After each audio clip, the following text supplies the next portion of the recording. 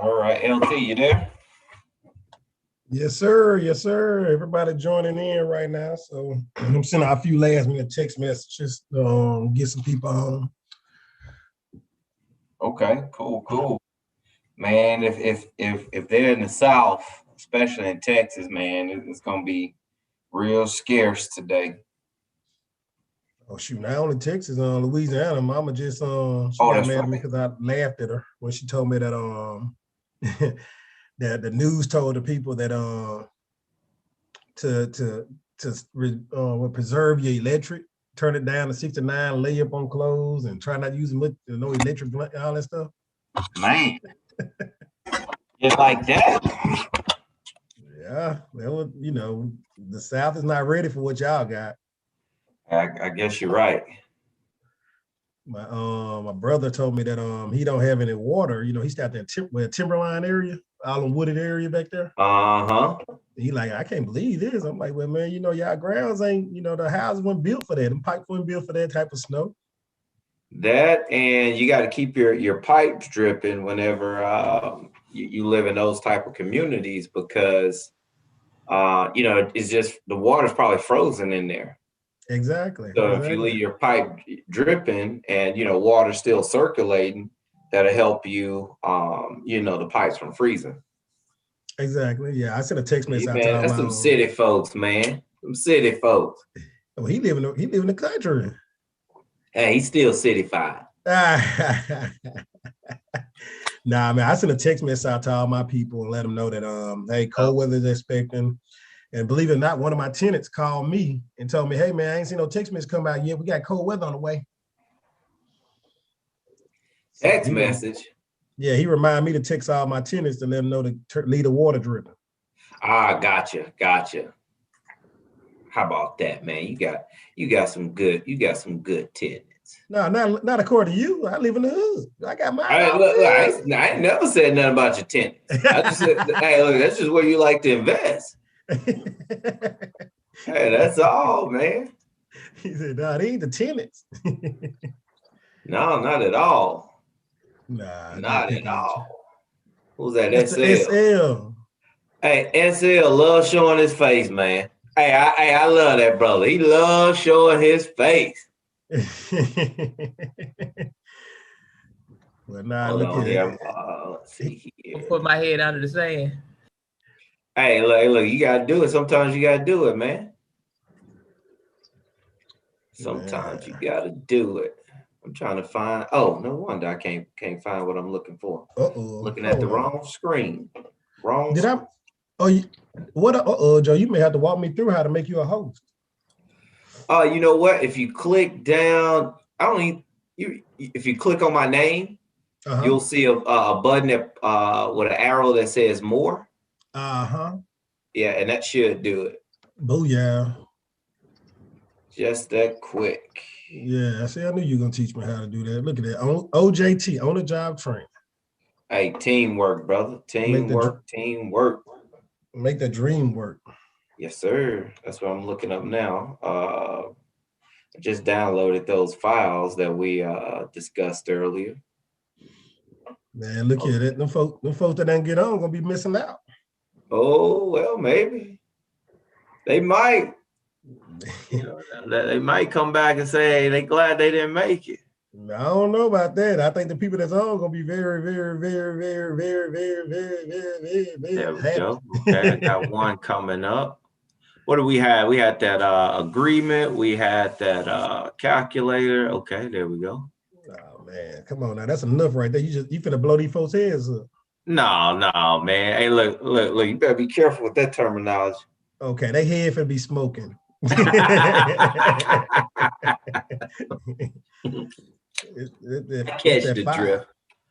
I catch the drift, my brother. I know. Now you gotta be careful when you say blow up something. You know what I'm saying? That's right. That's right. You say that at the airport when you just came from Puerto Rico, things will change, huh? Man, look. Man, I was sitting back looking at my pictures today, man, on out there at St. Thomas, and I was just like, man, I could be on the beach right now enjoying myself. But yet I'm back here in this snow freezing my butt off. But you know what makes it all worth it? What's that? Being able to spend that time with little man. That's irreplaceable. No, it really is, man. Being able to spend that time there with him. As cold as it was, bust my butt a couple times, but you know, it made it all worth it. You gotta get some better shoes. Hey, look, man, look, you don't prepare for that stuff. look, you can't be prepared for that here. Them boots are dry rot by the time you use them. Right. Heck, I can't even remember. Dude, I can never remember my password. Yeah, he pulled out that black book with passwords on them. Man, look, hey, look, they're all like, you know, similar to each other. You know, it's a button here, button there, you know, pound here, pound there. Trying to see. All right, guys, we just chit-chatting while we were letting folks get in. We understand that the weather conditions in the South has definitely changed the game for everyone. And it's unfortunately because they're going to miss an awesome presentation tonight. I mean, this is one of the presentations that is not a good to know. This is actual, I can use these tools. So it's great that you're on. We're glad you're on. We're just trying to kill a little bit of time to allow for more people to join because we don't want them to miss out on this opportunity. So Joe prepared to talk tonight and give some good information, some great information. And I mean, honestly, I don't know what to say. I mean, you know, this the action-driven man right here. This the guy that right here, you know, that made this happen. The calls happen and everything before the time I expected to happen. But he kind of one of the people that if you tell him something, he's gonna make it happen. He don't care about talking about it. He about, hey, let's be about it. So kudos to y'all for being on. I'm not gonna keep on talking about this. We're gonna let Joe take over and do his thing. Man, hey, I tell you one thing, man. I need LT. I need to see LT and talk to him every single day for the rest of my life, man. Because I mean, hey, is he not like the ultimate hype man? You know what I mean? I mean, hey, he is definitely the ultimate hype man. So I really appreciate all the kind words. But truly, man, we do this. Teamwork is definitely making the dream work. And he's absolutely correct when he said, I am a risk taker. I am a doer. I am proactive. I'm reactive. All that means is that I'm taking a action, you know, versus just learning information, being stagnant. So I'm just going to share this part here with you guys really quick. Everything I do, everything you guys see the benefit of, it's a result of some very, very hard work. I'm not even going to lie to you guys. It's very, very hard work. 2 weeks ago, and I spoke to LT about it 2 weeks ago. Hell, I broke down, like mentally broke down because, excuse my language here, this shit is hard. You know what I mean? When you're at the grind, you want to grind for self and build something that's going to withstand generations. It's hard. It comes with great sacrifice, great sacrifice. I love it. I enjoy it. That's why a state of depression didn't follow that breakdown. But guys, I physically, mentally broke down. I slept for 2 days. 2 days. I'll tell you why, because I work hard, extremely hard. Worked all day here, had to handle 2 deals, 2 transactions, had to wake up, drive 8 hours. Actually took 9 hours to get to where I was going. Then I get there at about, I don't know, maybe 9 o'clock. I worked at 12 o'clock at night. Then I go to bed and back up at 6 o'clock in the morning. Work all day and then drive another 9 hours to get back home because I had a commitment here that I had to take care of. So it's some very, very hard work. So you guys are with the right group of people that's going to help take a lot of that work that I'm experiencing, a lot of that difficultness that I'm, going through is going to help put you guys in a position where you don't have those types of heartburns, those types of pains. But you will have them. This is hard work. But as a result of the hard work, what you guys looking at right now is, yes, Mama, I did it. This is a picture I sent my mother 2 days ago, sitting in St. Thomas in the Virgin Islands from an asset that we have under contract right now, ready to purchase. That's my view while I'm eating breakfast in the morning. This is the view out of the master suite. So hard work, it pays off. Hard work pays off. And here's the thing. You think that 9 hours was something. Now, yesterday, I woke up at, 4 o'clock in the morning, called a flight from San Juan to Atlanta, then get stranded at the airport. They send me to Austin. I had to rent a car in Austin, drive 2.5 hours because I could only go 40 miles an hour to get home to be with my family today. So guys, this is definitely hard work, but it comes with great reward. I promise you that it does. Hey, today I want to talk to you guys about, a couple things here, but I really want you guys, it's real estate focused.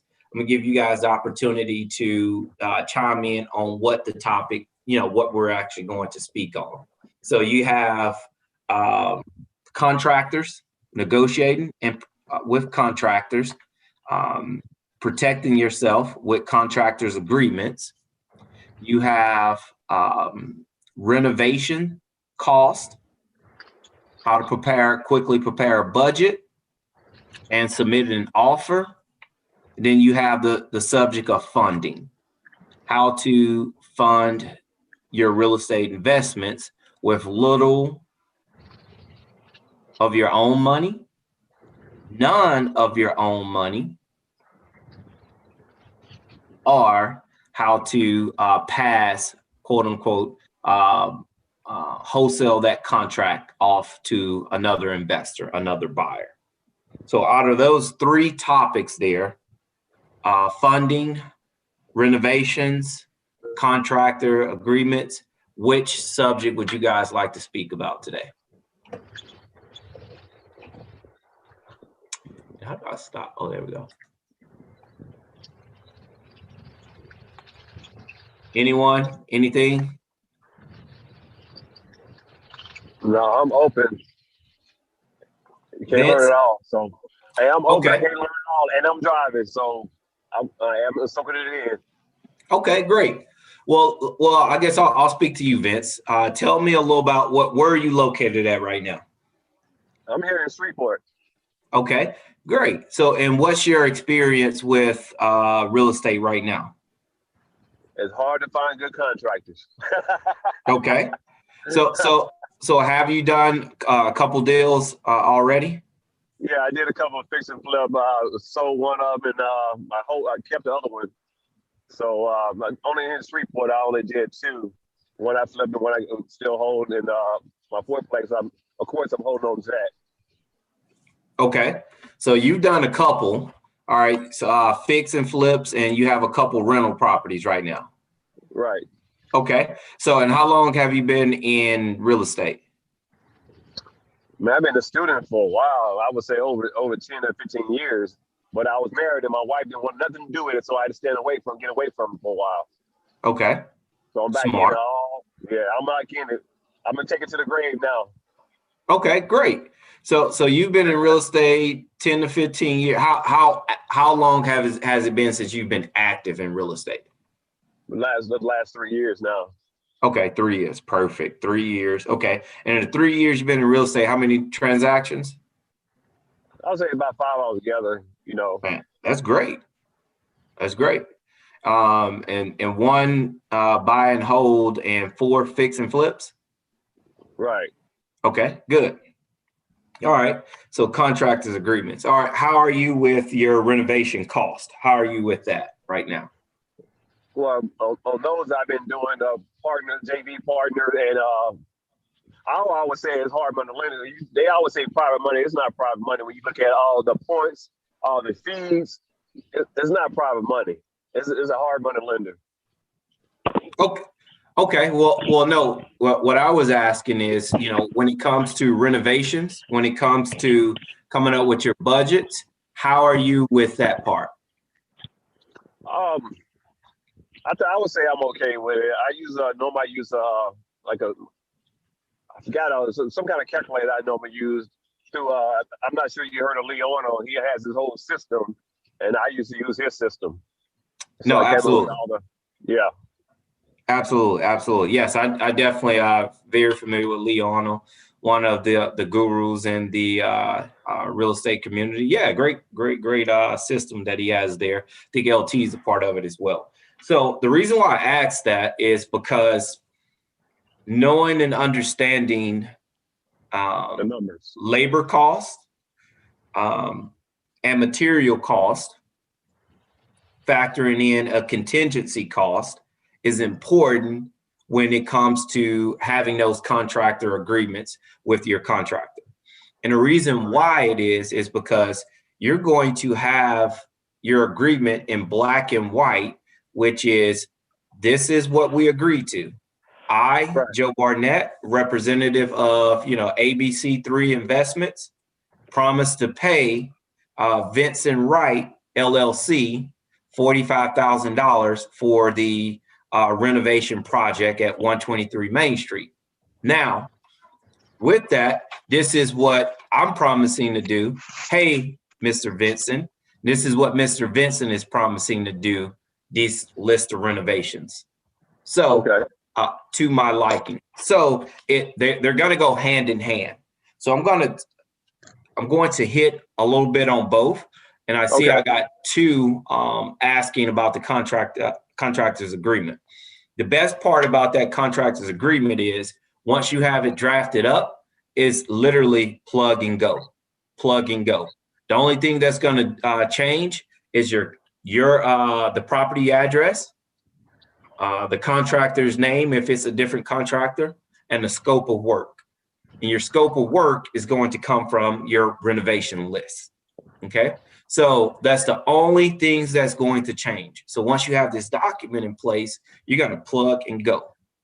Now, with that document as well, it's a couple things to know and understand about it.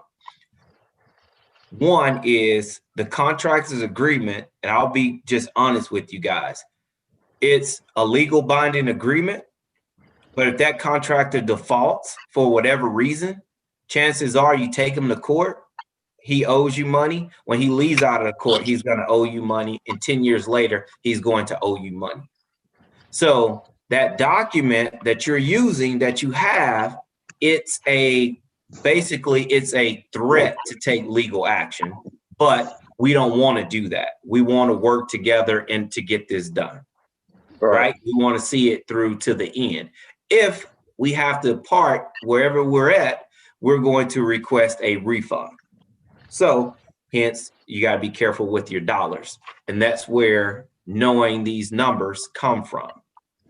So I'm going to start out right here. Let me do this here. Let me share my screen. And I'll try to be brief on it and thorough, but it's very, very important information for us to understand. All right.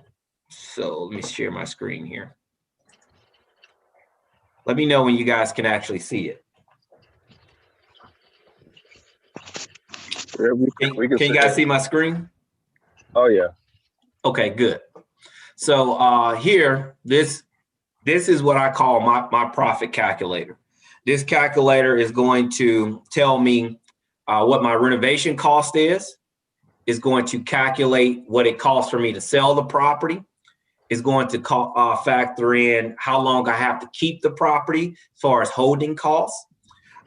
It's going to factor in what my profitability is. And most importantly, it's going to tell me what I should offer based upon what I would like to make per transaction. Okay. So you start out here, and this is a plug and go. Once you get the renovation costs down in your area, because cost is different everywhere you go. Once you get these costs down in your area, you're saving and duplicating this spreadsheet for new properties. That's all you're doing. And this is going to put you in that position. Like I said, you can spit out numbers very, very quickly. And what I really like about this tool is if you're not comfortable with renovations yet, not only if you're not comfortable with it, it's going to give you what you can predict your renovation cost to be. It's going to predict it based upon the square footage of the property, as well as the age of the property. It's going to do it automatically for you. All right. So here, this is just basic standard information. Let's go over here to the profit calculator. Okay. So the very first thing and I'll go down line by line. All right. All right. We're going to do a, here, let me do this here too. All right. Let's take a look here. All right. So I'm going to take this property here and we're going to use it as an example. All right, so there we go. All right, so we're going to insert this address, 123. Of course, we all love this Main Street. All right. All right, asking price. All right, anyone throw out a price under $100,000? All right, I'll just use one, $80,000. We're going to say that that's what we're asking for here. The seller's asking for $80,000. The after repair value. Do you guys remember how to calculate your after repair value? If you're not sure, this is where your relationship, prop stream. Yep, that's right. That's right. Call your agent, give your agent the address. They'll pull some comps and they'll let you know what the ARV is on the property. Okay. So ARV is after repair value. So after you go in, make love to that baby, boom, put some baby oil on her, mop those floors, get up out of there. So she's gonna tell you that. So your after repair value on this property here is $225. I remember this one. All right, the year built. This property was built, let's see here. Let's see here. Hey, 1982. All right. This property was built in 1982. All right. Square footage of the property is 1,800. See, I'm just following down the line. Okay. Number of months. So this is important. When it comes to the total number of months to hold the property, that's from the time that you purchase the property, do your renovations, and sell the property. If you're not selling it, till you rent the property, okay? So until that property has made you a profit. Here it is. Oh, what was that? Nah, you good, Joe. Keep going. Oh, okay, cool. So that's the number of months. Average number of months on a project, safe bet is 6 months. That gives you 2 months on renovations, then another 2 months on the market, and a month and a half to actually close that deal out. Okay, so 6 months is a good starting part. Okay, so I'm just going line by line. Now it's going to ask you rehab cost.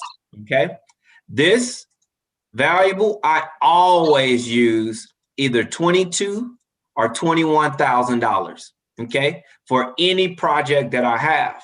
It doesn't mean that all my properties are going to cost going to cost me $22,000, but that's my buffer. Okay, if it's less, perfect. But if it costs me more, hey, I'm protected, right? So I use that 22 as my buffer. All right, so now you ask yourself, does this home have a pool? This home does have a pool. All right. So it automatically populates $4,000 to get your pool ready. Okay. That's a pump, that's a filter, that's draining, cleaning, refilling, and getting it crystal clear blue. That's the average cost. Now, if you have a super large cost, that's where the contingency part will come in, will help offset that. Okay. Your level of rehab. Level of rehab is all based upon price point of the property. So level 1 is pretty much for properties that's, let's say, without granite. So $125,000, $130,000 or below. They don't have granite. Okay. Now level 2 is going to be properties pretty much from that $150,000 to about $300,000. And what makes that happen is that they typically are going to have the exact same type of finish outs, same type of tile, same type of cabinets, same type of light fixtures, things of that nature. And level 3, because you got 3 options, level 3 are going to be for those like $500,000 houses and above, right? So that's going to automatically throw in some kickers in the event that you come up with your budget for level 1 and you knock it up to level 2, is going to automatically add some additional monies to that on your behalf. So that way, because you're used to already knowing what your costs are for a level 1 light fixture, but now level 2, you don't want to have to go through each line item and recalculate. This here is going to sum it up for you. So, all right, here, level 1. Okay, enter rehab cost adjustments. So if you have, if you're purchasing this property from a wholesaler, you just go in and add that price right there, okay? Because sometimes you have a $2,000 to $5,000, $10,000 wholesale fee. So you want to add that in there. So now it's saying, do you want to transfer funds from rehab cost analyzer? We'll get to that part. Right here, I said yes, but let's see what happens if I say no. All right. So I said no. Based upon the age and the square footage of this property, they're telling me that my renovations should be a minimum of $26,000 automatically. So if Priscilla sends me a property, I haven't went to go look. I never went to see it, but she said, Joe, it's in pretty good shape. It was renovated probably, 15 years ago, but it's not bad at all. The bones and structures are good. Windows are good. Okay. So I'd say, what's the age, square footage of the property? Now let me go to my property calculator. Tells me right here, $26,000 is my safe cost.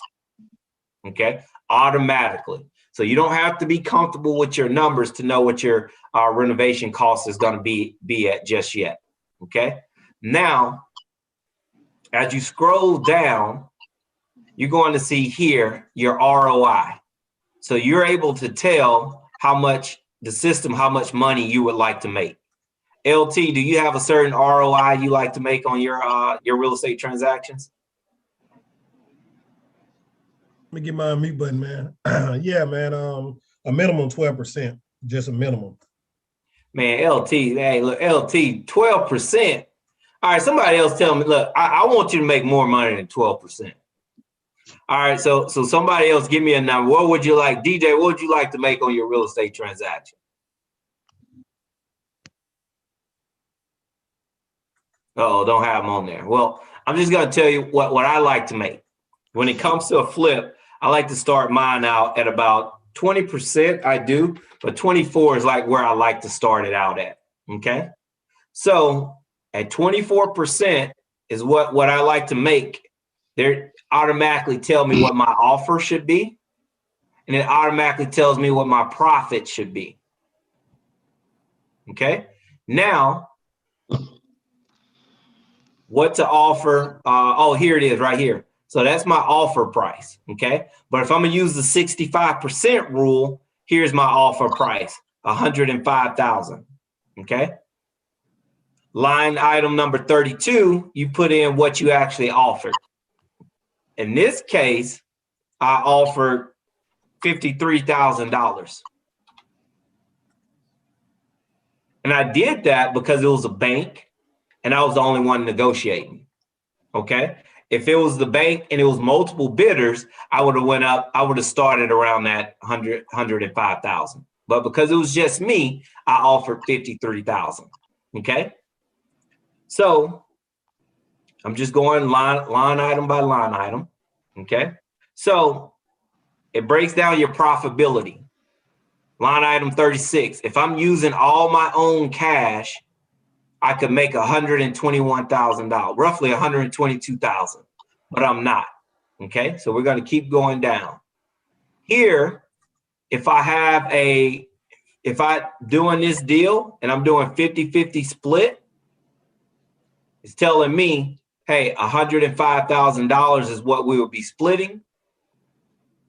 And then it's going to break it down. Pull that off. All right, I'm sorry, 122,000 is what we're splitting.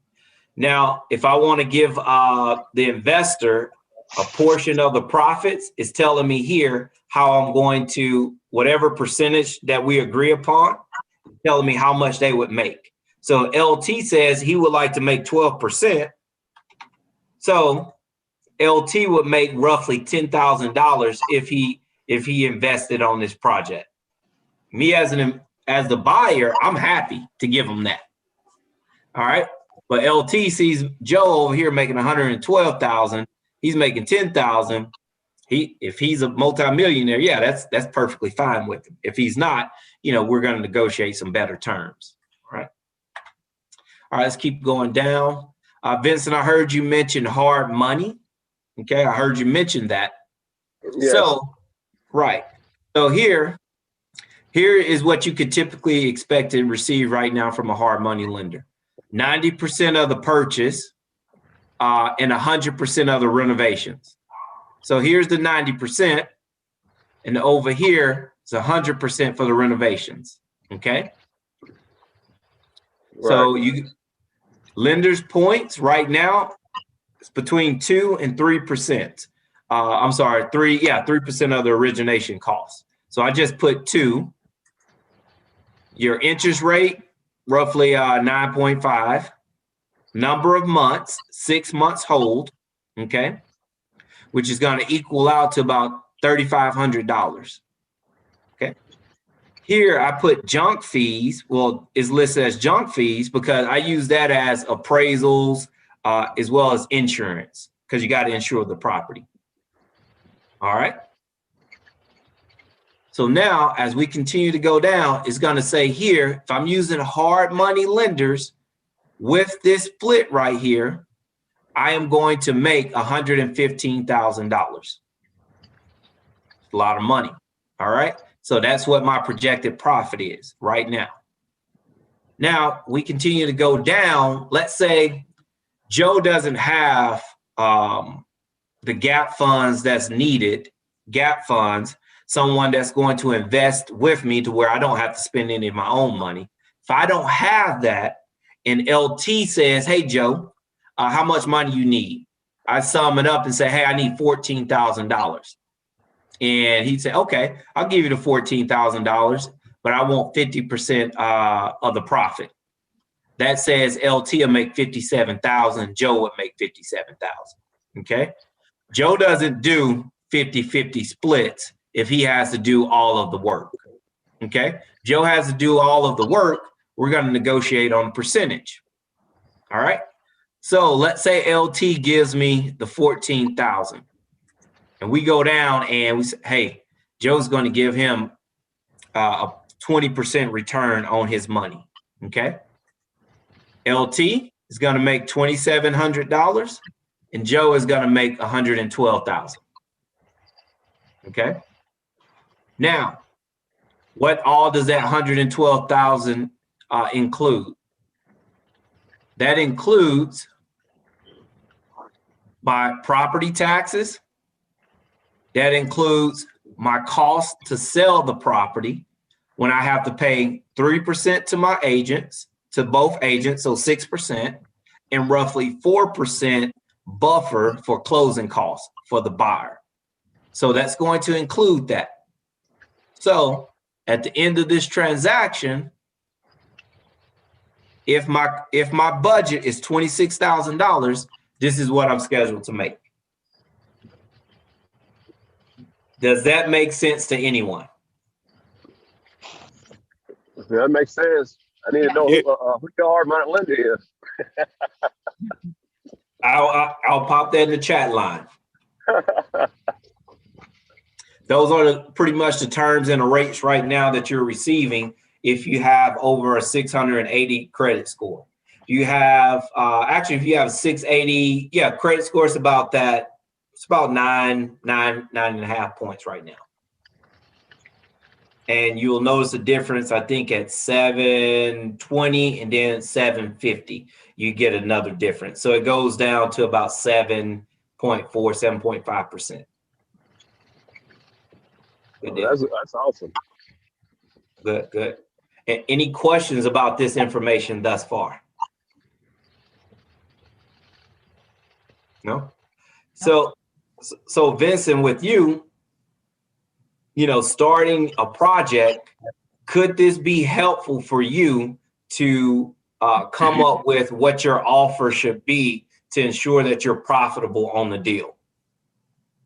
No, how you broke it down, it explains it all. The ins and outs. So that's great too to have.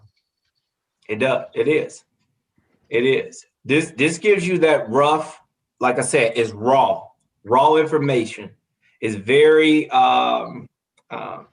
you still need to visit the property to ensure that your numbers are what you think they are, okay? You still need to visit the property. But this here is a good, as we call it, rapid fire. Hey, I can give you a quick offer really quick, Priscilla. Hey, this is my offer, submit it for me, okay? Right. So even if we did offer the $80,000, what they were asking for, let's see what the profitability would be. We go down to the end and you're still $80,000 profit, right? So this is good to have. So, and based upon what your lender's information is, you just adjust these over here, okay? It's going to give you what your loan amount is. It's going to tell you what your origination cost should be, okay? What your monthly holding cost should be. It's going to give you all these projections. And then over here, you just pop in there, you're getting 100% of your renovation costs, okay? So now, if the transaction goes 12 months, the numbers adjust, and this is your new profit margin. And that's all based upon you have more fees because you're paying more interest points, interest on the note. So that's it. So this is like a really quick snapshot of how to come up with the budget. Really quick snapshot. Let's say if this property was built in 1965. Still saying, hey, my repair should be about $26,000. I guess they were using roughly around the same type of material back at that time. Let's see here. It didn't change whenever I put year built. So I have to figure out why it didn't change over here. So I got to go back and double check that.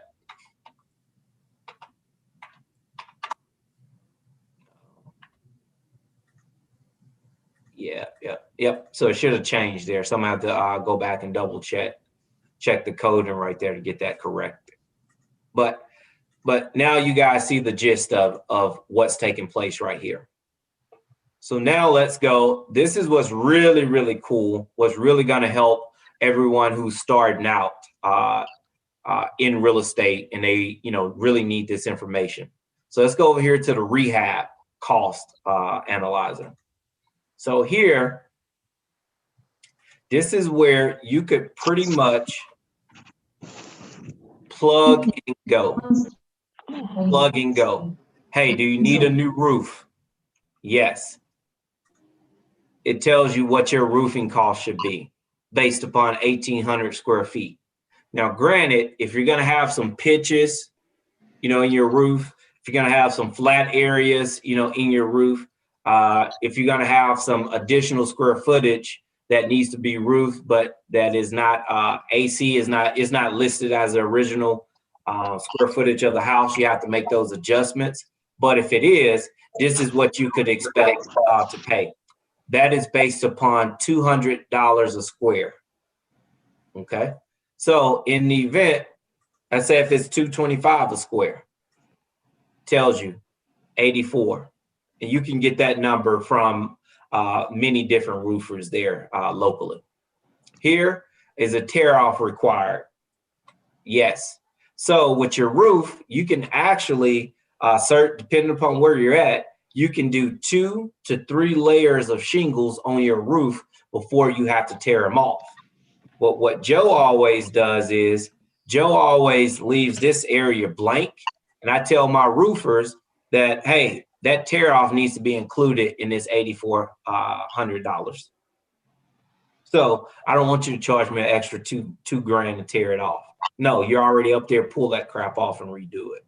I don't say it to them like that, but that's how I feel. That's how I feel. So now here you got fascia and soffit. Does any of that need to be replaced? So, and that's measured in linear feet. Okay. So you're able to take your measuring tape, stretch it out, see how many linear feet needs to be replaced. Here, you already know it should be about $25 a linear foot. So let's say no fascia or soffit needs to be replaced. It just needs to be painted. All right. Now you go down here and you have your calculations for exterior paint. All right. So this needs to be $2 now, increased.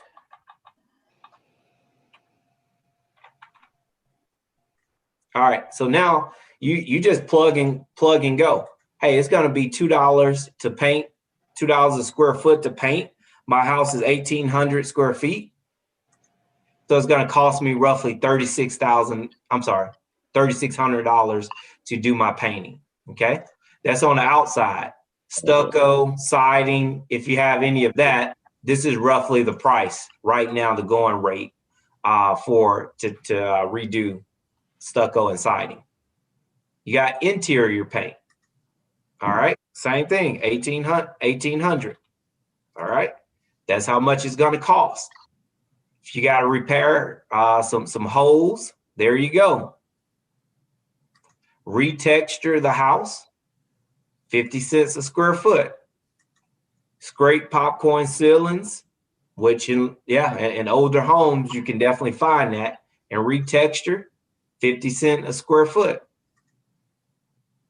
Interior paint. Hey, if you got to paint cabinets, paint and prime, it's going to cost you roughly $1,000. Now, if you have a huge kitchen, you got to add a little bit on, but we'll show where that comes into play at the end. All right, your landscaping, roughly $500. That's cut your grass, plant some flowers, fresh mulch. That's pretty much about what it is. Concrete asphalt, fence repair. So, yeah, all of these numbers have been updated and are already ready for you guys. Pool, filter, pump, refinish, all of that's already ready to go. Here, I added paint fence. All right. I'm a firm believer in if the fencing, the wood fences can look horrible. And a lot of times people replace them. If I was living there, I would replace them too. But because I'm not, I go in and make the repairs that I need. Then I actually paint the fences. And typically I paint the fences black. When they're painted black, you don't see any of the blemishes, any of the old, rotted wood, things like that. Well, if it's rotted, we're replacing those, but you don't see like the major issues with the fencing. So, and it costs roughly $1 a square foot on the fence. The reason why it's less on the inside, because it's really hook that hose up, paint, spray, and go. It's that simple. You use black paint, exterior paint.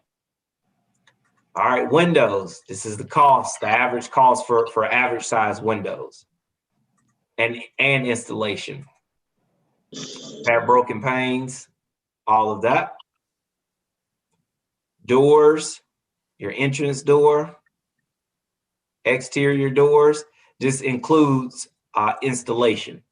Your exterior door is going to be probably about $200 for a basic exterior door, roughly about $100 to get it installed.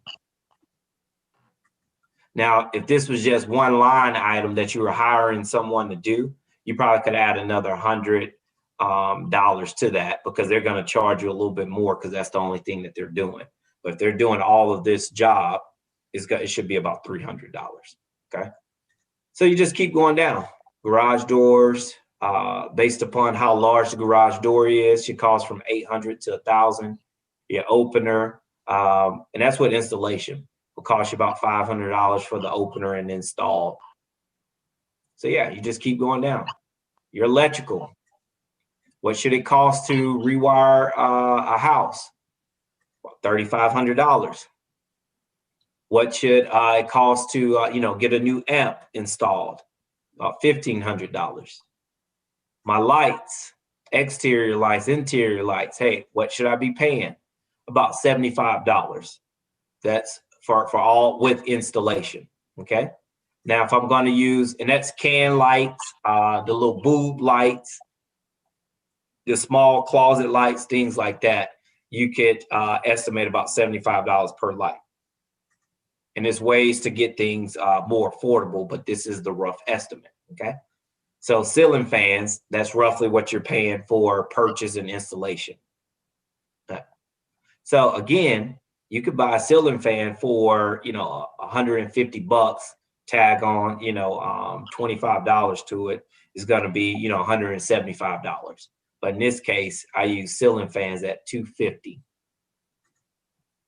And if you need to run an electrical line to the light, to your ceiling fan, if you want to add one, it's about $200 to do that. That's labor and material. All right, your HVAC system with some duct work. These are things that you could put yes, no. You just put that information in. Water heater, plumbing, all of that is all included. Your kitchen, what your costs are in your kitchen, sink, faucet, appliances. Go down to your bath, exact same thing. Do you need a whole bath renovation? Yeah, I got 2 baths in there. Yep. So it just tells you, hey, $3,000 for each bathroom, $6,000 total. So you're able to really plug and go. Then at the end is going to calculate what your renovation budget should be. Got your dumpster and final clean, $1,500. Contingency, 10%. So $2,300. You add that in there.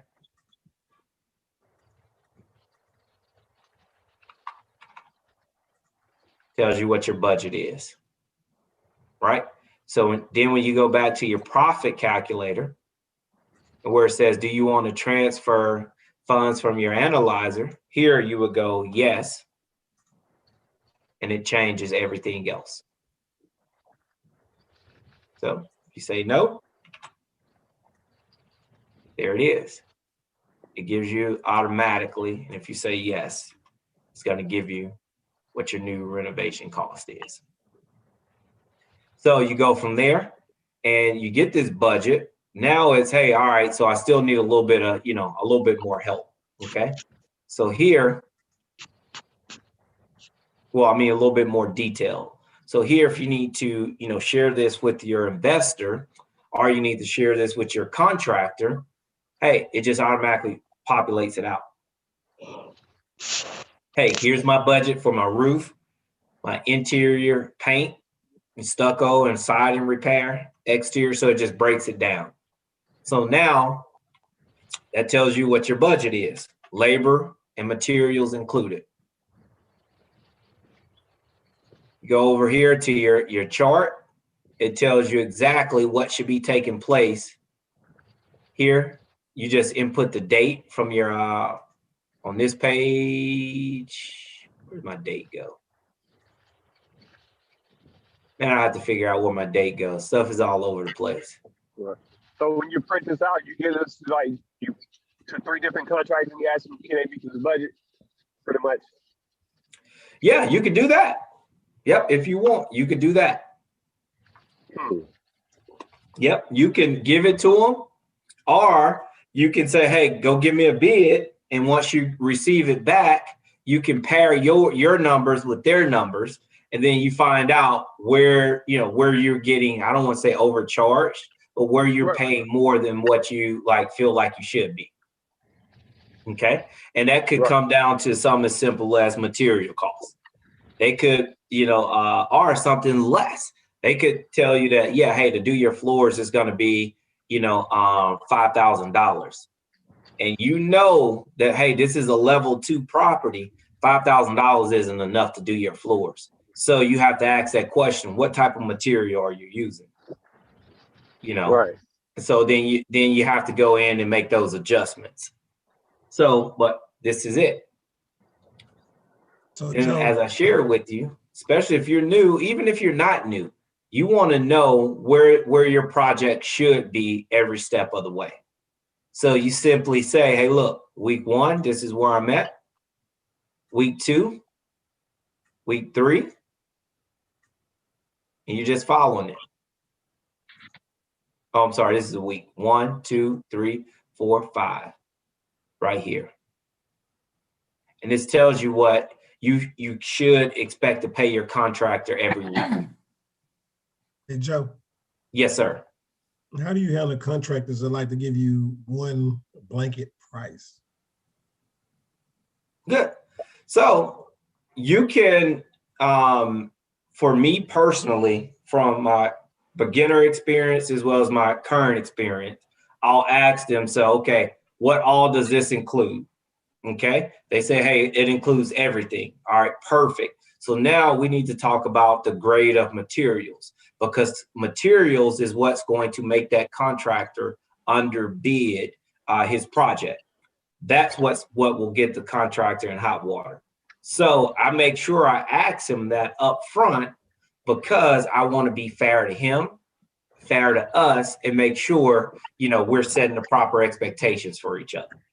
So that's if his bid includes labor and materials. Okay. Me, I like to get my bids now based upon labor only.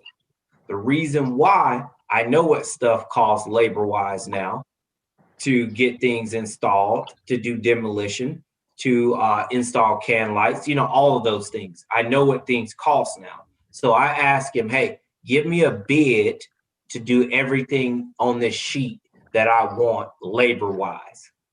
Perfect. So now if he tells me, hey, it's going to cost you $12,000. My renovation is $25,000. Okay, perfect. That tells me I have $13,000 for my materials. So now it's up to me and my design team to go in and get my own line items of what I'm willing to pay. And I know those numbers already because I've done so many.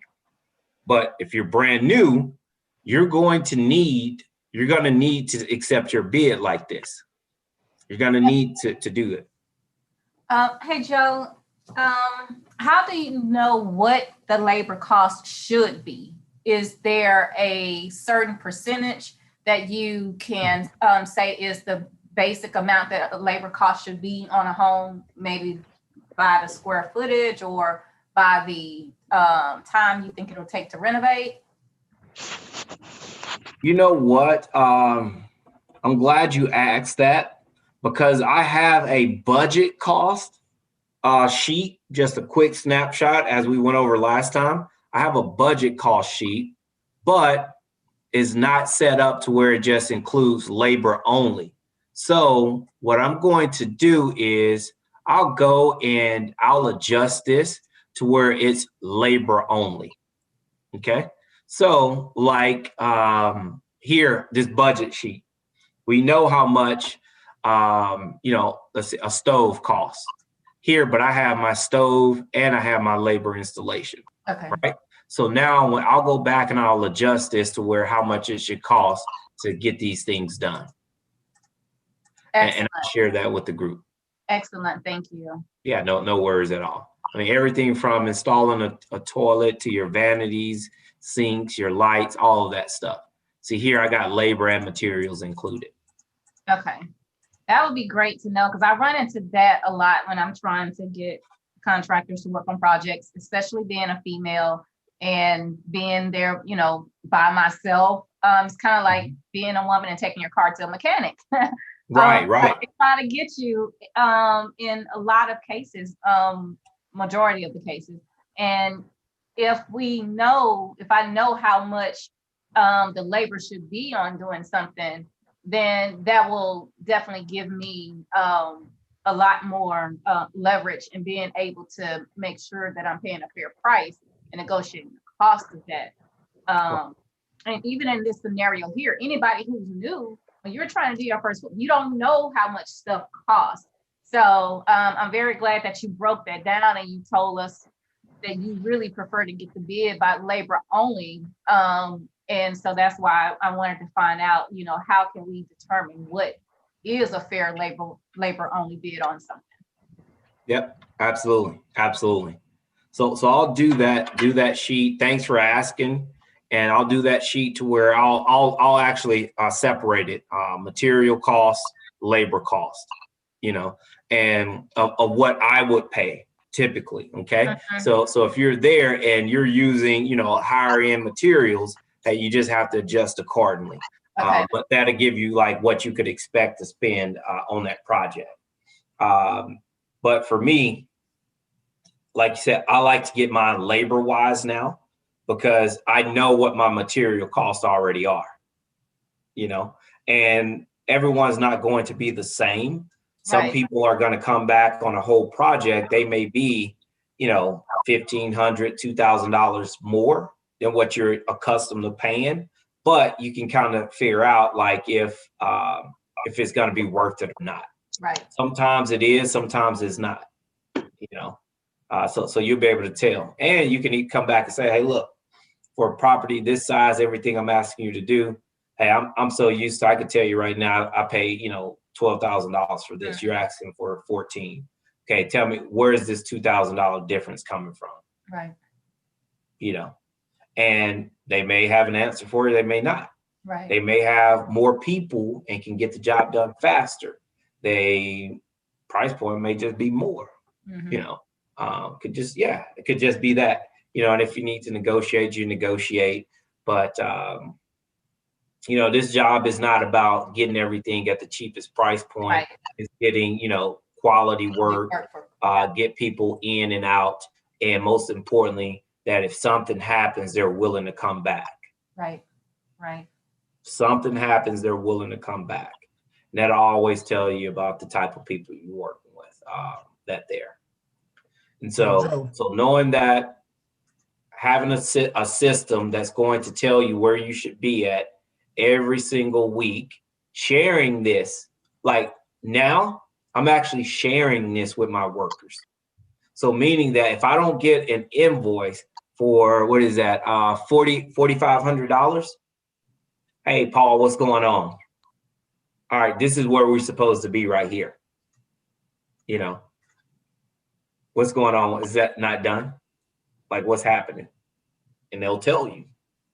But so now you have that system in place. Whenever I told you guys it was hard because I was trying to develop and structure something like this. That's why it was so hard. Because I was unorganized when it came to project management of multiple projects. It's just one project, in and out. I can go. But if you got multiple, you got to remember what your dates are, where you should be at, who you're reporting to, you know, when you should be done. So you want those types of things to be documented to help you stay structured. Hey, Joe. Yes, sir. Let me tag team with you. So we already got that one question we knew we were going to ask. For those who don't know who Joe is one of the first he ain't one of the first, but he one of the guys within the last 5 years to reach out to Shreveport and do several fix and flips and be very successful at it. And I mean, fix and flip is not something new, of course not, but the way he did it was totally sexy, basically. All right. He go to a house, he make the house beautiful. I mean, he make the house where when you walk in, it's going to have something that going to bring you to you like, I want to buy this house now. All right. So the way he did it was great. So this tool that he came up with and that, you know, he basically added on to is not a tool for anybody that just say, oh, okay, I want to be a fix and flipper. And this, I want to use the tool right away, right? So yes, you can use it if you don't understand it. But this young man right here have years of training, years of experience, and he's educated himself on a lot of things, not just a sheet of paper, right, or a spreadsheet. So we already got that one question. This is a nice tool. How can I get it? All right, I'm giving you all that to say that this don't come at a free cost like everything else, because this is your business, guys. This is a real business sheet from a real business person that used this over and over again to be successful. To answer your question, I'm gonna let Joe answer that question because I know that we don't have. I know that question is a good question, and we're trying to find out how much to provide this service for you all so y'all can have it. Of course, we want you to be successful, but putting a number to it right off the back is not the easiest thing because, you know, yeah. Joe, I'm turning it back over to you. Oh no, man. Absolutely. It's, you know, that this is what this is all about. You know, us all growing, working with each other. Yeah, this is what it's about. Whenever I tell you guys that this stuff, it's fun, it's exciting work. It's hard. It really is hard because it's on the job training. So, but that's not to discourage anyone. That's to encourage, to make sure that we stay plugged in with the right group of people to help us, you know, achieve, you know, the things that we're looking to achieve. So, because it can be done. It can really be done. I was blessed and fortunate to learn the things I've learned. I want to pass this on. And most importantly, I want to be able to simplify, you know, my day-to-day job, as well as help you guys simplify the process. Because many of you are going to do this, and this is not going to be your primary. See, this is my primary, which made me insane because I was doing so many projects at once. So I knew, hey, I needed to develop a system that was going to give me a simplified approach. So I'm sharing this with you guys as well. Say, look, you got other commitments. You got work, you got family, you got religion, you got life, you got personal time, all those things. And so this is going to help assist you guys with, you know, achieving those goals. Let me share this screen here with you too. So this, we had lender's budget. Okay, we did that one. Profitability breakdown. This tells you here if you have like investors and you need to like present this information to, or you just need it for yourself. Kind of, it gives you that ideal printout of, hey, this is what you know, what your profitability is. So it tells you there, my ARV, purchase price, everything from all the beginning, the information we imprint, plugged in to now in just one quick spreadsheet, just populates it for you. So gap funds needed, 23,000, projected total profit. There you go. Gap funds profit. That's if you're doing that 50-50 split. And there you go. So you're able to share that. Here, yeah, we won't even need this page here, but your local contractor prices. So here is where you can always go in. This is my prices here. Here you go in and you adjust and populate yours. So let's say if we're all partners and we're working together and SL is in St. Louis, I'm with that sale. I'm working with him, and as we're going, learning his market. Hey, so I know St. Louis here. I go in. I could change this from contractor 1. I can put St. Louis. So this is what I'm willing to pay in St. Louis market. Hey, LT is in that Virginia, DC, Maryland area. So, hey, I can go in and I say, hey, look, this is what I'm willing to pay here. So it helps keeps me on track. So whenever my numbers are off, and this is important for me because, hey, I'm doing Louisiana. Now I'm moving over to Oklahoma. So, and then Baltimore or Cleveland, one of those. So I'll need to always have this stuff in place for whenever, say if I have LT go out and check out a property for me. So he can go in and say, okay, Joe, look, this is what you're looking at on your budget. He meets with a local contractor. He can share that information. So do you guys have any more questions about this information here? Yeah, Joe, I have one question. It goes back to the contract you use with your contractor. Say that you get them all of them a time frame. How do you make sure you keep them on time frame compared to the budget? Because I had one incident, folks got done in 2 months, and it took them 7 or 9 months. So it cost me more money. Great job. Great question. So in the actual contract that I have, it actually states that an agreed upon end date. So if we agree upon, I'm just going to use it, we agree upon 60 days. Okay. Right. And I agreed to pay you $40,000. Okay.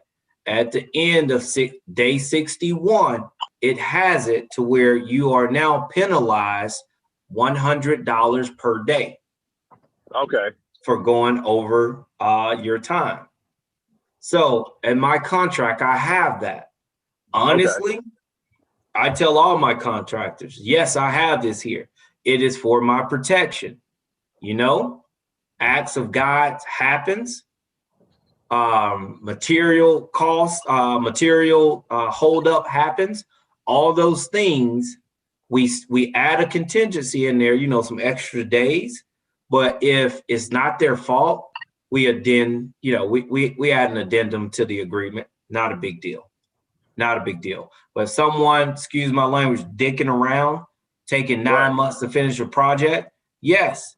Hey, look, you are, dinged $100 a day. So now, that's why it's important to pay them for work that's been completed, not work that hasn't been. Okay. Right. So if they start and they fall off and they get behind schedule and they're not catching up, you don't have to pay them. Hey, pack up, move on, bring in another crew. Now they say, well, hey, pay me for what I've done. Okay. We're on, it took you, just gonna say 6 days to tell me this. Your bill was for $4,600. All you're entitled to is you're entitled to $4,000, but let's take a look at where you're actually complete at on this project from the scope of work list.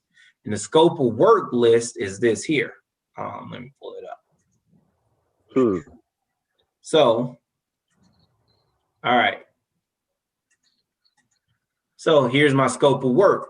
So if I said, hey, look, $4,600, all right, you made it there. Right here, $4,600, you made it there. Right here, another $4,600, but all you got to was, doing the tile surround. You didn't finish out the other things. So, hey, $600 you owe me. Now, from what you finished, now I only owe you, $3,000. So you just go back, you just take a look. Oh, okay. Great question, though. Great question. Anything else you guys have? I'm gonna piggyback on that too, Vincent. Another thing they do with contractors, that's a good practice. And I think they talk about that in the honor class. But I know that Dan Merrill talk about it. Somebody else talk about it. Basically, when you make the agreement and the guy and contractor say, "Hey, look, I'll be done in 60 days. And you say, are you sure that you can be done in 60 days? You know, you basically say, hey, make them say yes, that's what they're doing. So then you say, okay, then cool. So I'm gonna give you 80 days. Since you say you'll be done in 60, you agree that you can be done in 60, I'm gonna give you 80 days. However, any days after that, that penalty that applies, that $100 a day or $6 a day, now what argument can they give you? They said they'll be done in 60 days. You gave them an extra additional 20 days. Right, and 3 weeks. And you agreed upon it. Now, with that extra 20 days I'm giving you, if it's not done in this amount of time, then I'm penalizing you this $100 a day afterwards because I gave you grace period. Right. So I don't know which class that was, but I know I went to so many trainings. They told me that's a good practice. Now, you know, contractors all are different. None of them made the same. Some mean well, some mean money. So, you know, you just got to do your research and your homework. And Joe, that was a nugget you gave about, you know, paying folks for the work they completed. I mean, I don't know if any of y'all went to, you know, your first job and the job says, okay, you know what, this your interview, we hired you, we're going to pay you for the next 2 weeks. I think everybody had to start working and do some work and wait for a check, right? Right. So, I mean, with everybody that's new on here, I'm just going to throw this nugget out there. You know, when a contract asks for money up front and it's not for material costs only, I mean, now, you know, so like the air conditioning man, you know, yeah, usually you're going to pay for your material costs up front for them to, you know, do the rough end or whatever you're going to do if you're getting it straight in. You don't expect them to pay for your equipment. But if they asking you for the whole payment up front, then you need to run. Right. All right, you know, and I mean, after you build a relationship with someone and you work with this person before on a project or two, now you have a relationship. Now you can say, okay, I trust you enough, but I mean, I wouldn't get that comfortable until we like 10 houses in. Yeah, and if you look at it, if you are pending how you do, you know, your projects, if you're paying labor only, it's nothing for you to do. If you're paying labor and materials, now that's a different story. Labor, when I say paying labor and materials, giving them their budget and it's including labor and materials. At that point, they probably will request a draw up front, which makes sense because they're going to have to expend monies for their labor as well as for your materials. So now I'm at that point to where, because I know what my materials cost and my labor cost, hey, I want you just to give me labor, right? That's what I want. Now there are going to be one-offs here and there to where you're going to need, you know, something small. Hey, I need my sinks connected. Excuse me. So with that, hey, all the time, I don't know all the plumbing that's needed. So you know what I share with them? Hey, go grab it all, take a picture of the receipt, send it to me. I'll send you your cash. So times like that is going to be some one-offs, but for the bulk, the big stuff, no, just give me your labor costs. That's it. And we'll do that. You work, you're paid. You work, you're paid. Now, while we talking about that, another nugget for everyone. Let me see who new to this? Who is new to this call that never done any renovation on had to hire a contractor yet?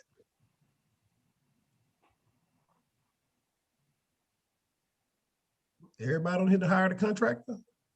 Oh yeah. Okay. The reason why why'd you ask that question? I want to see how they would go about finding a contractor. I wanted somebody new to tell me what's the process they would take to go about finding a process, because I wanted to, you know, somebody new. That's I wanted to hear their side. Great question. Well, I mean, yeah, we can definitely ask that now. I mean, we all don't use the exact same contractors all the time.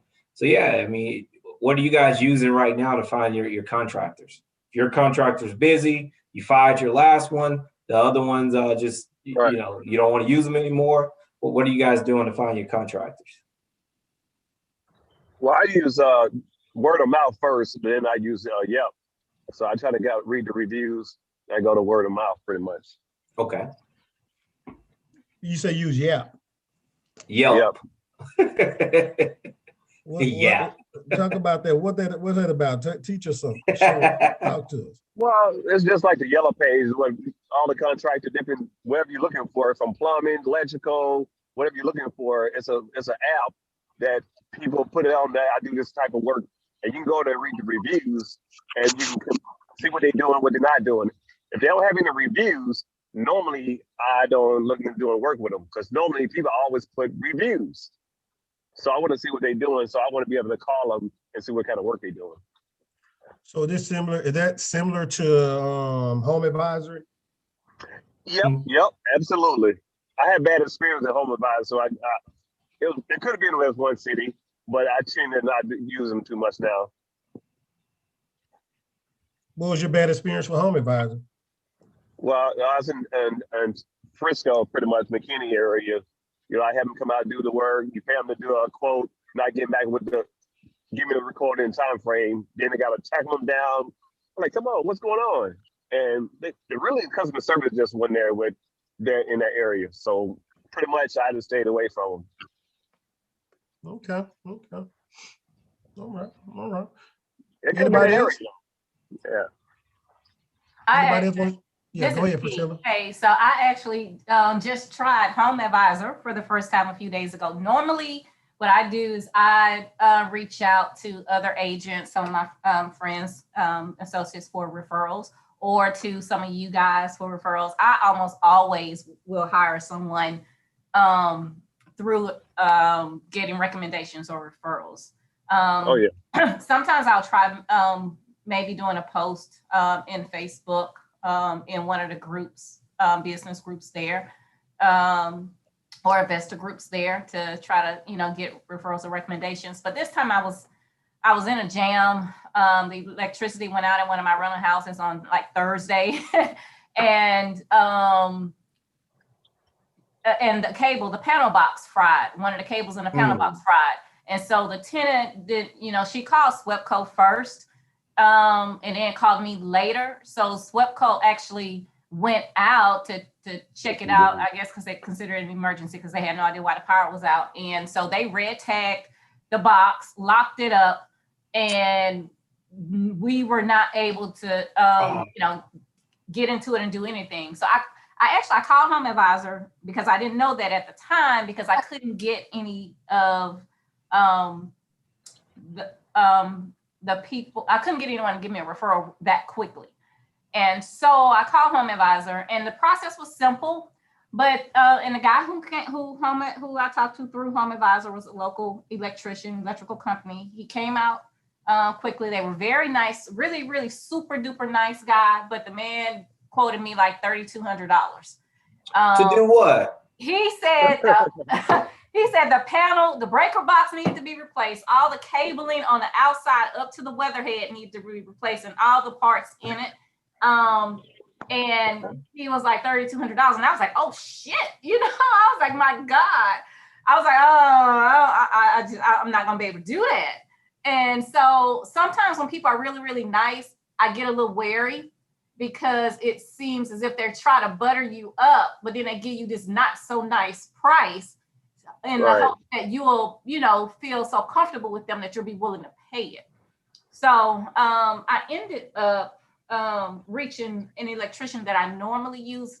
He called me back, and he said that he would, black guy brother. He said that he would go out, take a look at it when he finished up before the day was over with, and he did. And he gave me a quote that was like only $975. Hey, what did he do? He replaced. He said he only was going to replace what was broken, not the whole system. And he did replace my electrical in my breaker box and the cables in there. And he grounded the system. He said it wasn't properly grounded, or it didn't even have a ground like it was supposed to. So he did that. And I think he replaced, there was another little, box to the side of it, that he replaced some wiring in that as well. So needless to say, I wasn't necessarily too happy with my experience with Home Advisor either, though I know it's on a case-by-case basis as to who you get. But a lot of these big companies, they just, you know, they just seem to overcharge you when you tend to go that route. So yeah, you're right. So luckily he was able to get everything done in one day. Say what? The big guys, they do, they have their profitability calculator just as we do.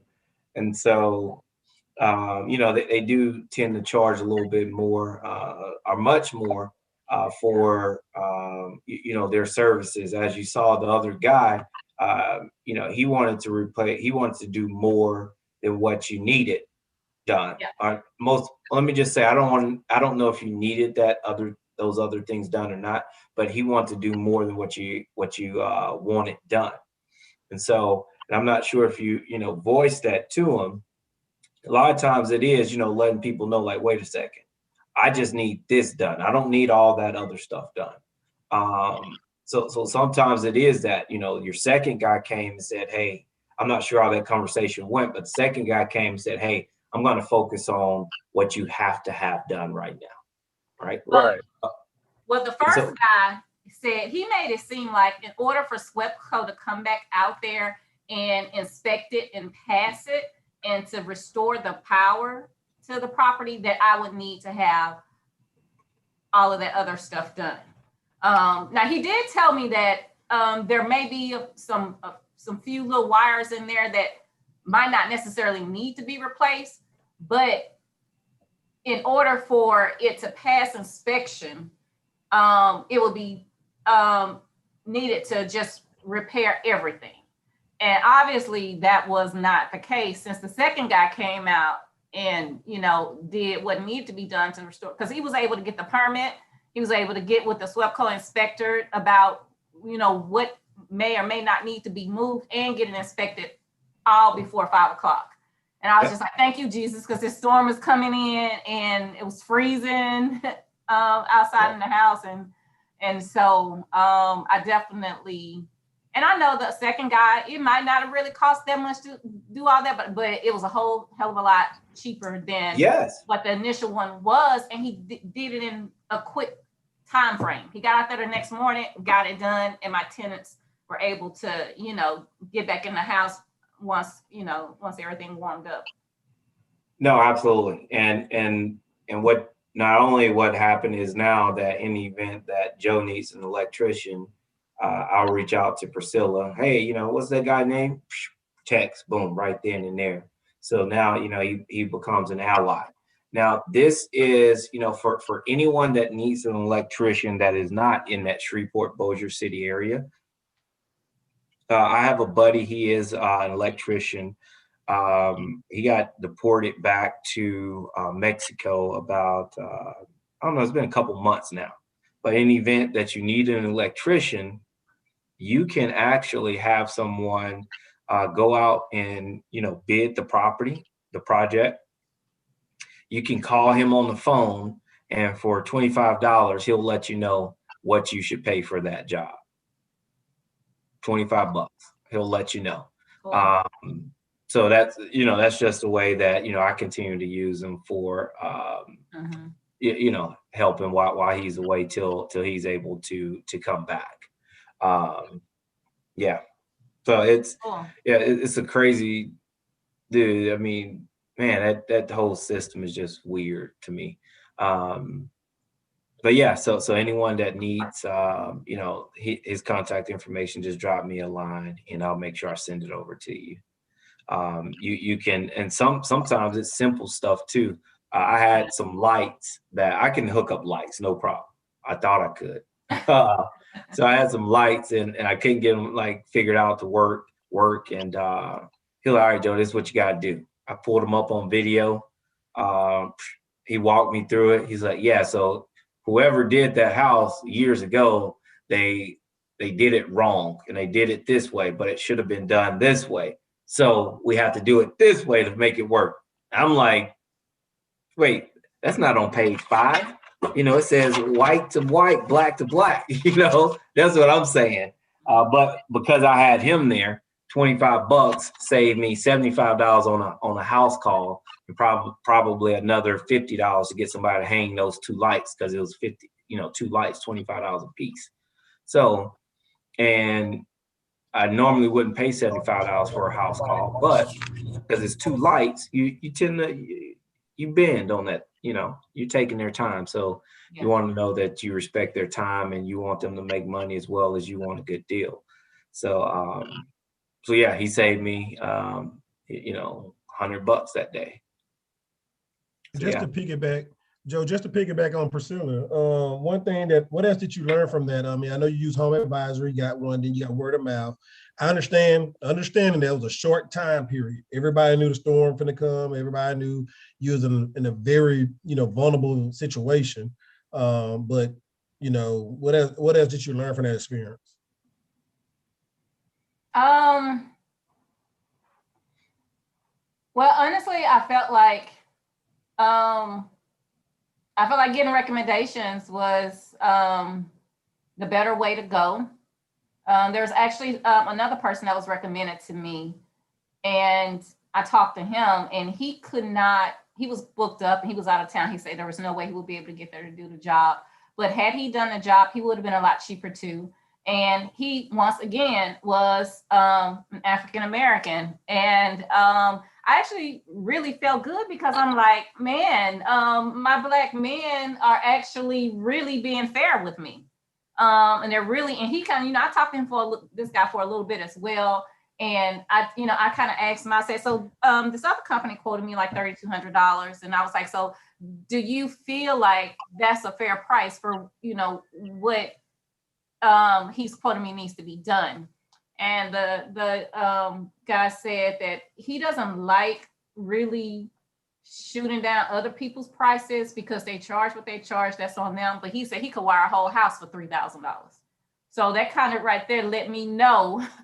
Labor and materials included. Yeah. And so that kind of just let me know that, he said it wouldn't cost him that much to do what I was asking him to do. So not necessarily that I learned something with that. I kind of did, because even a lot of times in the past, even trying to work with Black-owned businesses, I feel taken advantage of being a woman. But I felt really good that these 2 brothers were both really fair and upfront with me in this situation. And I kind of learned that it would be nice to have this spreadsheet that Joe has with the cost on it already, so that I could have went into the situation having an idea. Because I saw that he had electrical on that spreadsheet, and panel costs and some other stuff. And it would be nice to, have a reference like that to refer to when I'm in situations where I'm trying to get estimates on getting work done. And of course, the whole situation with SWEPCO playing a part in it was a huge learning factor for me. Because had she not called SWEPCO, both the electricians said, actually all 3 of them, they said that they could have come out, done the job, gotten the power back on, and would have been a much simpler process and probably less costly, because SWEPCO would not have red tagged the meter, locked it, or they would not even have had to have an inspector come out and try to schedule that to restore the power, which really could have taken days. So yeah. I tell my tenants to call me first. I'm your first call. You let me figure out what I need to do. But I think she was just, I think she was scared. The power went out all of a sudden. And when she went to check the box, it was smoking. And so, she called them first and then called me later. So I definitely learned that when you have certain situations like that, call your contractor before you call a public entity. Good business. That's good business. I mean, I guess what I heard too is you learned that you need to get more than 1 bid. 3 bids is actually the minimum that I always advise anyone to do. Just do 3 bids. And if you know a person and you use that person before, you pretty much know their numbers. But that's what I learned from the school system. You know, I was a coach, and we used to buy uniforms and buy basketballs and buy all this stuff. And the one thing they told us to do, always get 3 bids, no matter what. That's the best practice. So you want, but you, like I said, I kind of framed it. Your situation was a little different. You know, you had SWEPCO, you had involved, you had cold weather inspecting, and you had a situation where your tenants was in need of a home right then and everything. So I understand your situation was a little different, but for those who don't have all those crazy constraints and situations right there, one of the best things to do is always get 3 bids so you can know what's going on. Earlier I asked, how do a new person find someone to work on their home? And it's amazing that everybody said word of mouth is the best way. I mean, all the technology we have, I mean, we said apps. You can do all kind of Google, you can kind of go on Facebook, and we're looking at star ratings and everything. But the one thing that everybody said is word of mouth. Joe even echoed that because Priscilla had a good experience with somebody, now I won't mind using them because of word of mouth. So that's old school is the best school, right? That's awesome. All right. And then the other thing is, after you get a contractor, what do you think the next step after you say, okay, this contractor may be one person I want to use? What do you think the next thing you need to do, even if you got word of mouth? What do you think the next thing you want to do to vet that contractor? See samples of their work. Hey, Williams, this is Castro. I think you need to make sure they're bonded, general liability. Those are 2 that come to mind. Those are great too. Anybody else? Those are great too. They got insurance and they bonded. And that's another reason why some contractors, it drives the price so high. You know, some may not have carry those license.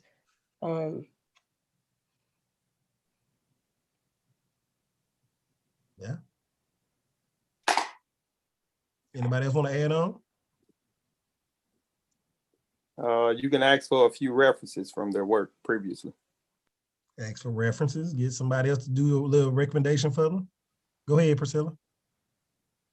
I was just saying earlier, if it's a situation where you can see some of their work, depending on what type of work they do. Ask for their pictures or portfolio. Yeah. Whoop. All right. I'm gonna throw these nuggets out there. I think I told y'all before. You can go down to the if you want to find good contractors and you don't have word of mouth, you have the time. You can go to the city, pull the list of what you're looking for. You can go and ask them, hey, you know, can you give me the last 3 months of who pulled permits? So if you want some roof work done, if you want some electric work done, you can ask for who pulled permits, and they don't let you leave with it, but the city inspectors or whomever at the permits, license permit, they'll allow you to look at that. You take a little pen and paper in there, and you glance down a list and you write down the names of the people that pulling permits. If they pull a lot of them, evidently they're getting a lot of work, right? That's one way. After you get those names and you still don't have anybody to recommend those people, recommend them, you can go to the Better Business Bureau and search them and see if they got any complaints against them, any work, you know, anything filed against them. That kind of helps you out when you're dealing with somebody you don't know. So for all you people that's investing in a market that you don't know about, like me, if I start investing up here in DC, the DMV, you know, DC, Virginia, Maryland, I don't know these contractors, right? If I don't get with a real estate friendly person that's going to help me out to find a new property and use their recommendations, then now I have to be creative. I got to go to the county or county courthouse and give the license permit people, ask for that source so that I can, you know, do a little fact checking or look and see who's doing the most work and where they're doing it at. All kinds of stuff. So just kind of giving some nuggets out there for those who maybe want to know other ways other than word of mouth. And I wanted all us to get weigh in on it. That's why I said Yope and Home Advisor and all this other stuff. I haven't had good experience at Home Advisor either. I mean, they don't call back, they don't show up. And then, you know, it's like a phone call game with them. So I haven't had a good experience with them as well. But it is a way to get free quotes if they do show up. I mean, they don't charge for the quote. So that's a good way to get free quotes. But Awesome job, guys. I told y'all from the get-go, before we even started, that Joe have plenty of experience. He's an action-driven brother. He's a young man that I'm proud to say that's my brother from another mother that gets the job done. And kudos to you all for being on this call. I hate it that the weather is down and everybody cannot make it and get the information he provided, the service he provided. That calculator, I know the young man asked for the calculator. I think he got off the call. We're still trying to come up with a way for that call. And I saw some messages in the chat line about, that should be a good app. There should be this or that. About how you can hold a contractor a little bit to the contract by, giving them extra time. Oh, wow. I hope my internet don't be tripping.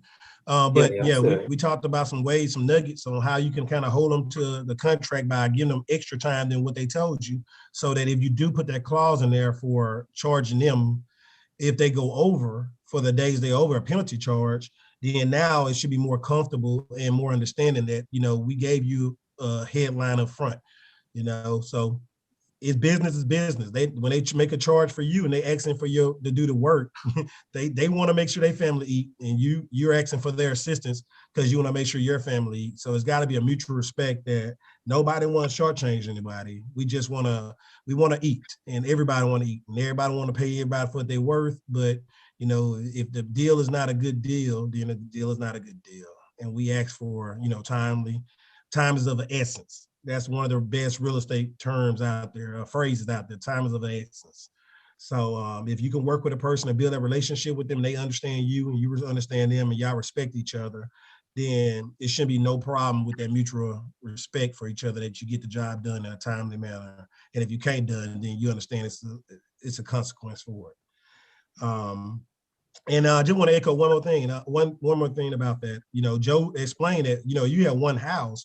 Yes, you can manage that easily and well, but when you got 5 projects going on or 3 projects going on in 3 different directions, then you definitely need some tools in place to manage those resources and the people that doing the work under your leadership. So awesome job, Joe. We appreciate you. Joe just got back in town today. Been overseas. Been over that water in Puerto Rico, St. Thomas. Had all those constraints with uniform clothes coming back and driving, but still got on this call to give a service out to you all, to give y'all some good information, some good advice, a great way ahead. And man, we appreciate you for that, Joe, because we know that you could have had every excuse in the world for not doing this tonight. So thank you, man. And thank you for starting the program for this. Next week, we got another brother that's going to be talking. Brother Holmes going to come. He said he called me the other day. So Joe, last Monday, Joe texted me 7 o'clock in the morning, my time. That was 6 something in the morning, y'all time, saying I got next week. And then middle of this week, by Wednesday, Brother Holmes said, man, whenever you're ready to use me, man, I'm here. I know a lot about a lot. I want to teach. I don't mind sharing. So I said, bro, you got the 22nd then. You got next, Joe got this week, you got next week. So if anybody want to teach from their knowledge, anything, me and SL already talked. He said he going to teach some things as well. Look, the only thing I ask, don't come to this mastermind research and stuff that's not in your lane. Whatever you're going through in life, whatever you've done in life, whatever experience you gained through doing any kind of business, whether it be real estate, whether it be a trucking business, whether it be what have you, this is a mastermind group to help everybody else, because we don't know who else wants to do what you're already doing. And the vision is, hey, partner with me and do it with me so that you can learn my system. I get paid for my time for helping you. That's just my vision. I get to pay for my time for helping you, but you got the system. Once you get the system, if you want to do it again with me, great. If you don't want to do it with me, you got the system, do it by yourself, right? Or go do it with somebody else and learn their system. So that's all we're trying to do, is just partner people up with someone that's already have a system in place. Repeat the system on your own and keep making money forever, but learn from somebody else, because it's easier to learn with someone that have experience than trying to learn by yourself. Believe me, I know. All right. That's why I went to Leona. That's why I went to Dan Miro. That's why I went to all these different workshops, trying to learn from everybody. And then I got so confused because I'm like, oh Lord, I'm all over the place. And all I had to do was partner with one person and just learn their system. And if it works, then keep doing it that way and then grow afterwards. So please don't learn like I learned. All right. I got the knowledge, but guess what? Now it's time to put it out there. So Joe, man, thanks again for all that you do. Thanks again for the leadership you provide. I hope that somebody want to partner with you after seeing the tools you're working with to see that you're the real deal. And y'all already seen the properties and we'll show y'all more. But Brother Holmes, you on the hook for next week. We're looking forward to it. Everybody go out and invite somebody else out to this call. Send the invite out as you see fit. Send me their email address if you don't feel like sending out the invite, and I will add them on to my email distro. And we'll keep growing this thing. And I'm thinking that we also recording on YouTube as well, guys. So we are live now. I'll figure out within the next month or so how to switch over and send an invite from YouTube, and we just go straight from YouTube and use the YouTube thing so we can kind of build YouTube up as well. So appreciate you. Joe, you got any closing remarks? I'm done. Whatever you got, man, you closing us out. Okay, cool, man. All that, excellent, man. I appreciate, all the support from everyone.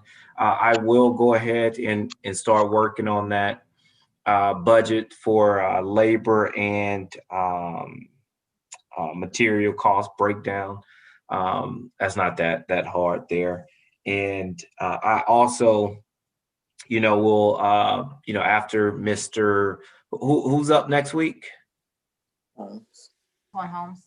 Mr. Holmes. After Mr. Holmes goes next week, I'll have that contract ready for you guys to review, and we'll go through it thoroughly of the agreement that I use with my contractors.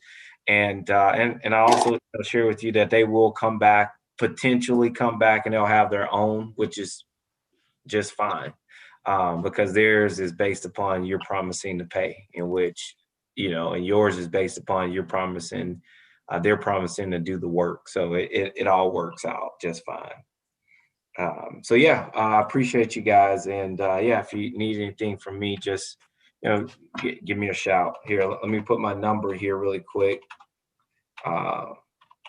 Hey, Joe. And I'll put, Oh, I'm sorry. I thought you were done. No, and I'll put my email down here at the bottom too. I was going to ask, so are you going to make the Excel spreadsheet tool available for us to purchase? Yeah, the one that we went over this evening. Yeah. Yeah, I will. I need to go in there and fix those kinks for the it's supposed to automatically calculate, data of the house. I need to, fix those kinks. And then after that, yeah, I'll definitely make it available for you guys. Okay. All right. Awesome. Thank you. Yeah, sure. Thank you. You guys got it. Yeah. If anyone else need anything else, man, just, get with me, myself, LT. Yeah, we're here to help for sure. You guys are awesome. We appreciate both you guys. Appreciate everybody on the call, but thank you guys so much for leading this learning experience and this team building and partnership experience for us. No, absolutely. Our pleasure. All right, guys. Well, hey, I'm signing off. Stay safe, stay warm, enjoy the snow. Don't get caught being a meme on Facebook because you bust your butt out there. That's it. Take care, guys. Good night, everybody. Later. Good night. Bye. Take care. All right, Mama. Good night, all. All right. Cool. Good night.